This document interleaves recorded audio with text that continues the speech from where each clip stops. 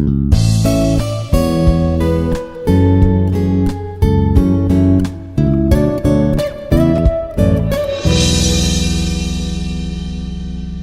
morning. I am Prasannanjaneya Reddy, working as Assistant Professor in the Department of ECE, Institute of Aeronautical Engineering College, Dundigal, Hyderabad. In this session, we are going to discuss about one of the multitasking technique, that is first in, first out service.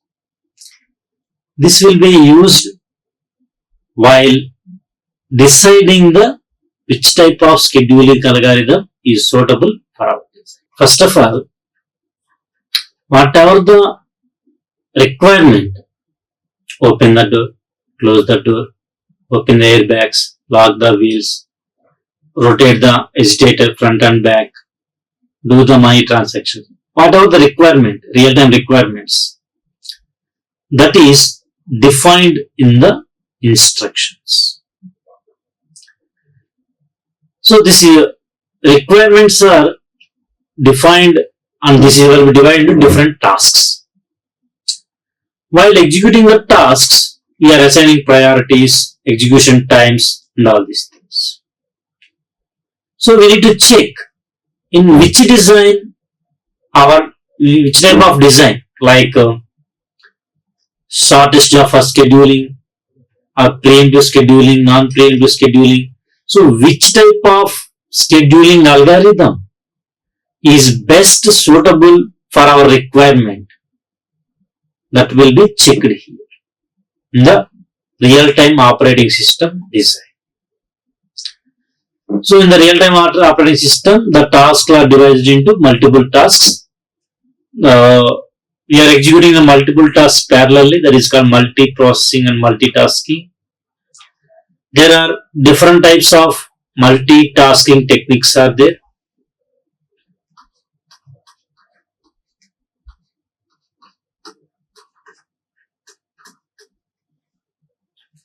First one is cooperative multitasking.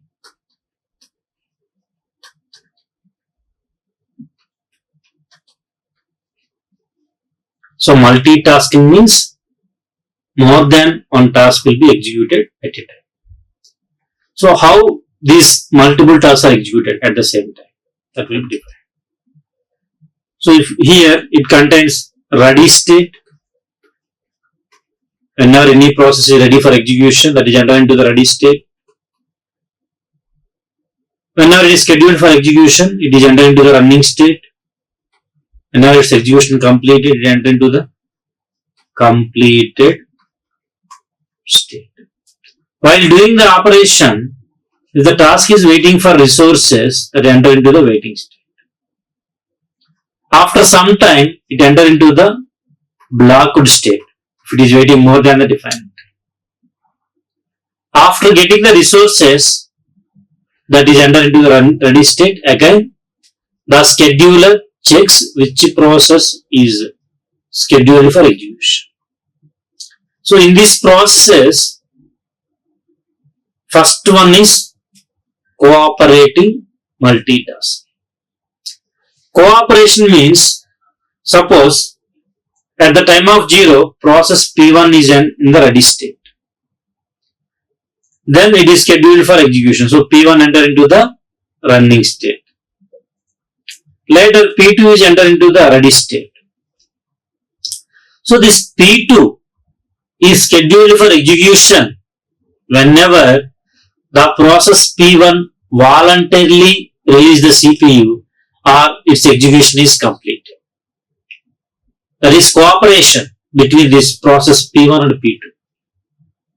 Either P1 task is completed or it is voluntarily release the CPU. Then only process P2 get the CPU for doing its operation. Okay, that is called cooperative multitasking.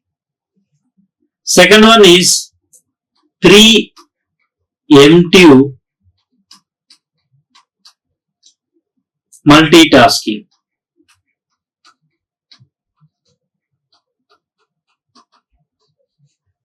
Preemption means first P1 enter into the ready state, that is scheduled for execution. While executing P1, if any new process enter into the ready state, we can stop the P1 execution and compare P1 with P2 with the different parameters, either execution time, either priority, or either on time slice, equal time period. So, based on that, we can decide which one is scheduled for execution. That is called preemption. P2 is preempted by P1, means P2 is scheduled for execution if it has less execution time, then P1 is entered into the ready state. P2 entered into the running state. Okay. Again here multiple types. One is round robin based preemptive multitasking. Shortest job fast scheduling means which process has less execution time, that is scheduled for execution first. Next, priority based scheduling. Next, non-preemptive multitasking.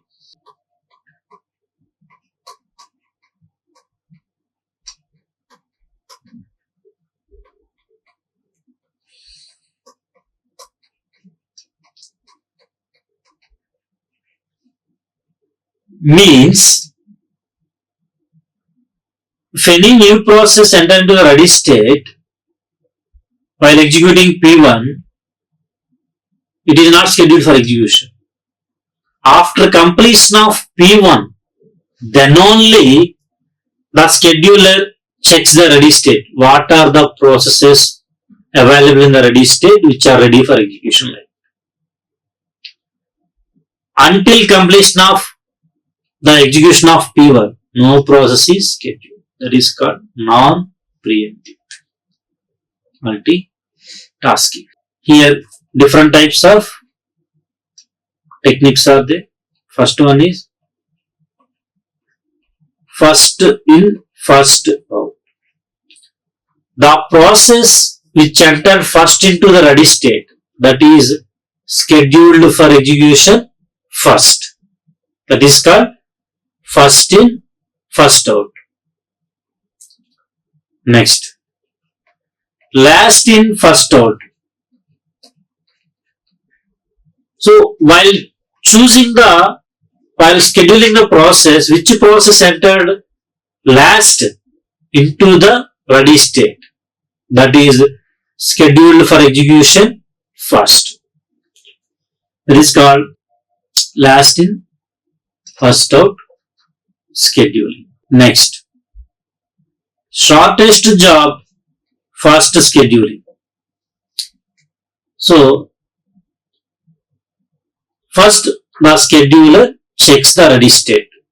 What are the processes available in the ready state which are ready for execution? Among them, which process is having less execution time? That process is scheduled for execution. That is called shortest job first scheduling. Next one is priority based scheduling.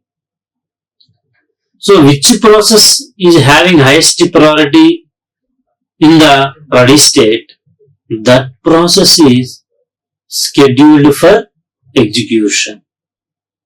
Okay. So, these are the different types of multi-processing technique. We can check for our requirement which one is best suitable for our requirement. We will check one example one by one. First, non-preemptive first in, first out scheduling algorithm. Here let us consider three processes P1, P2, P3. with execution time 1057 milliseconds. So enter the ready queue together in the order P1, P2, P3. First P1 entered, next P2 entered, next P3 at the same time. Calculate the waiting time and turnaround time for each process. So waiting time means once the process is ready for execution, that is entered into the ready state. So from that time to when it is scheduled for execution, when it is entered into the running state. The time taken by the process from entering into the ready state to the running state. Okay, when it is, how much time the process is waiting in the ready state to get the CPU, that is called waiting time. Next, turnaround time means how much time taken by the process to complete its execution from entering into ready state to entering into the completed state. Suppose process P1 enter into the ready state at the time of 0, when it is enter into the completed state, that duration is called turn around. So first we can take. So first at the time of 0,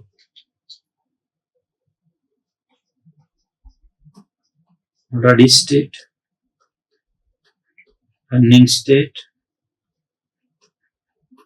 completed state, waiting state or blocked state. At the time of 0, process P1, process P2, process P3 enter into the ready state in the order first P1, next P2, next P3 at the same time. It is ready. So now the scheduler checks the ready state based on the scheduling algorithm. Here scheduling algorithm is non-preemptive first in first out. Non-preemptive means once complete the currently task execution, then only a new process is scheduled for execution. Okay. So at the time of 0, 3 processes are available, P1, P2, P3. Among them, P1 enter into the first enter into the ready state. So P1 is scheduled for execution. Since it is non-preemptive, after completion of P1 only, again the scheduler checks the ready state. So its execution time is 10 milliseconds. Next, so P1 entered into the running state at the time of 0 and it is completing at the time of 10th millisecond. Next, the scheduler checks the ready state. What are the processes available in the ready state which are ready for execution? So here P2 and P3 are available. Among them, as per scheduling algorithm, which one is entered first into the ready state? P2 is entered first. So P2 is scheduled for execution. Since it is non-preemptive, after completion of P2, then only you can check the ready state. So its execution time is 5 milliseconds, totally 15. Next, at the time of 15th millisecond, P2 completed, again it is entered into the completed state. Again checks the ready state. The scheduler checks the ready state. Based on scheduling algorithm, it will schedule the process. So at the time of 15th millisecond, in the ready state, P3 is only available. So that is scheduled for execution.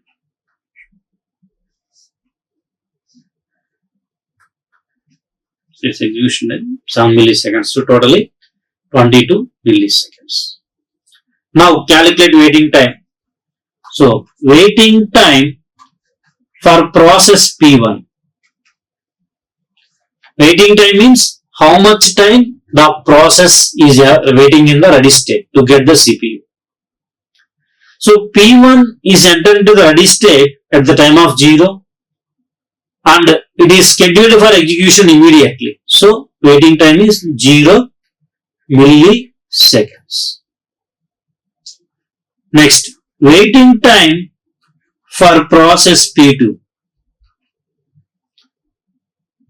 Process P2 enter into the ready state at the time of 0 and it is scheduled for execution at the time of 10th millisecond. So total duration is 10 milliseconds. So P2 waiting 10 milliseconds in the ready state to get the CPU. Next, waiting time for process P3. P3 enter into the ready state at the time of 0 and it is scheduled for execution at the time of 15th millisecond. So total waiting time is 15 milliseconds.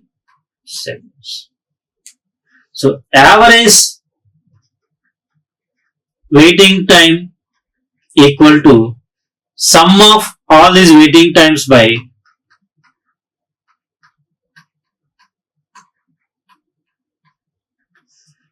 how many number of process? 3. That means 25 by 3 milliseconds, that is equal to 8.33 milliseconds. Average waiting time. Average waiting time. Next, calculate the, see here mentioned there is no IO waiting time for process in this point of view. Next, turn around time for process P1. Turnaround time means how much time taken by the process from entering into the ready state to the completed state. So coming to this requirement, in this requirement, process P1 enter into the ready state at the time of 0. And its execution is completed at the time of 10th millisecond. So total time is 10 milliseconds. Okay. Next, turn around time for process P2. Process P2 enter into the ready state at the time of 0 and its execution is completed at the time of 15th millisecond. So the total time taken by the process P2 is 15 milliseconds. Here keep in mind that no IO waiting in this point of view. Otherwise we can add that IO waiting time also. Okay. Next, turnaround time for process P3. P3 is entered into the ready state at the time of 0 and its execution is completed at the time of 22 milliseconds. So total execution time is 22 milliseconds. So average turn around time, that is equal to sum of all these individual turnaround times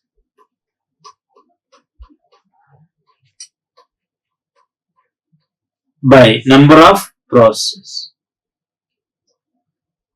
that is equal to 47 by 3 milliseconds, that is equal to 15.67 milliseconds.